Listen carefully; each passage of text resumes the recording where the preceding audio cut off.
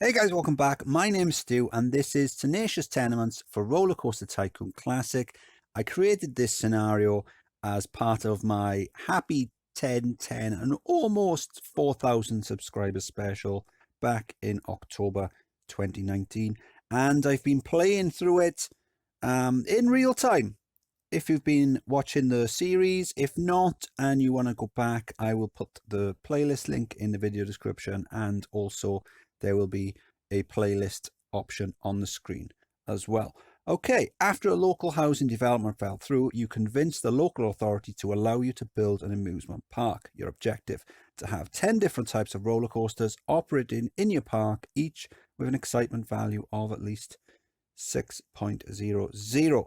Now, with this one, what I decided to do was I decided to have pretty much everything you could want unlocked at the start for this sort of scenario. Like, there's only a train. I haven't bothered with a lot of transport because I didn't think people would need it or want it. So there's loads of flat rides. There's tons of coasters. I think all of them. Loads of thrill rides. Just in case you run out of cash, you can drop some of these down in the squares. And then when you get the money, you can build the coasters. We've got some water rides and loads of shops. So you can go ahead and turn off research, save yourself some cash. So as I said, I've already played through this one. The whole point of it was it's meant to be like a sandbox. We have got cash because I'm not going to give you an easy time. But as I said, sandbox, a lot of people have asked me over the years to do some 10 by 10 coasters. So what I thought was, we'll do this, you can practice some, and also once I've completed it, I can put the park up for you to download. So if you want to download the park, that way you get access to all the tracks as well that I've built, you can do that. The link will be in the description. So what I started off doing was building the first coaster on this square just here. Coaster number 1, Whirly Wonder, a Mobius spinning wild mouse. Great stats on that. We're charging £10 a go. So maybe this isn't the best choice to go for a coaster like this. Really, you want something that's going to make you a ton of cash. And this probably isn't going to make you a ton of cash because it hasn't quite got the throughput of something like a Twister coaster or something like that. So I've closed off the paths with no entry signs because I only want the guests to be here, because if they're wandering over the rest of the park, they're not spending money. We've got umbrellas set to £20 because when it rains, they will pay that. I haven't decorated it because we're running short of cash. So what I did was I built the first 3 coasters and then I started decorating. So here's the first 3 coasters then. The Spinning Wild Mouse, we've got a vertical drop here, second chance, 6.83. So this is where I decided let's go for something with decent throughput that we can make some nice cash from. And then just over here then we've gone for a Twister as well. So with the vertical drop, little drop down around the bend, up another little drop, and then into the main drop, a small little top hat, and then it just twists around and comes back. Nothing too fancy. Great stats though. We want something cheap and cheerful. And same again with the Twister. So it comes out of the station. We've got a unbanked bend down, and then there's some boosters just there. So it gets it just fast enough to go into the Cobra roll. And once it goes into the Cobra roll, it's fine. Fast enough to get out of it. And then we've got another bend. Twists back around under the Cobra roll, photo section, and back to the station. Trinity. Nice stats on that. Again, I've got the no entry signs, so we can pen the guests in, and we got some balloons and other merchandise stores as well. So once we built these, we're making enough cash, we could start decorating, putting some scenery down and making them look cool. Coaster number 4, wooden coaster, Forum Fortunata, good stats on that.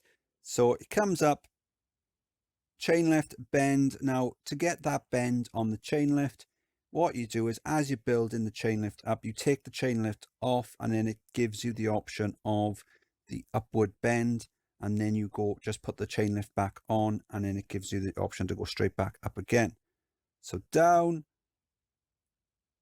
into this, like what's it called, like a rose element perhaps, I'm not too sure. I know someone did comment that it kind of looks like a warped Colosseum, so let's just pretend we went for that from the start. And then we got a loop in there as well, and I guess love it, making tons of cash. Could probably do with some better scenery on the inside, but well, let's just keep it simple. After that, then we've got the suspended coaster here, complete with spelling mistake as well. It is corrected later on.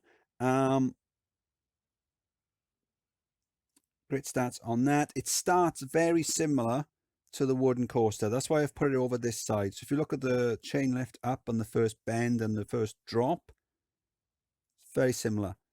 But it does go back the other way and come back around. Guess loving it. And then number 6, they are the sexiest coasters, Giga coasters.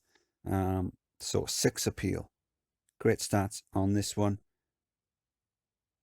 Sometimes building these coasters is a bit like a puzzle. It's because you need to try and weave it in amongst itself and get it back to the back of the station. And sometimes you're not sure if you're going to get it. But this one, fortunately, it worked without too much drama. One thing I have been doing as well with most of the coasters is after I build the station first, then I build the paths leading back to the main path. That way then I've only got to get the track to go from the front to the back. I haven't got to worry about adding the paths in later. So that's the first 6 coasters done. Let's see what's next. Coaster number 7 is the water coaster called Seven Seas. Now, no stats back on this one. We did have a little bit of an effort to get the stats over the 6 originally. At the moment, what I've done is I've reset it. That way I was able to build all 10 coasters without the game completing before I wanted it to complete. So we will check back on the stats with this one. I think when we first built it, it was about 4.8, and then we added the path in. We gradually got it up to about the high 5s, and then a little bit of scenery, and we got it over the 6. So I was a little bit worried about this one. I thought this one was probably going to be the most difficult. In the end, it was all right. Coaster number 8 is this pair of looping coasters here. Now, long-time viewers may remember a pair of dueling coasters I did on the tutorial section in the shape of a figure of 8. So I wanted to try something similar with this one, coaster number 8, try for a figure of 8. So the red one comes out and it's got a loop around both stations and comes back. The white one, there's not enough room for another loop, so it just comes under and goes back up.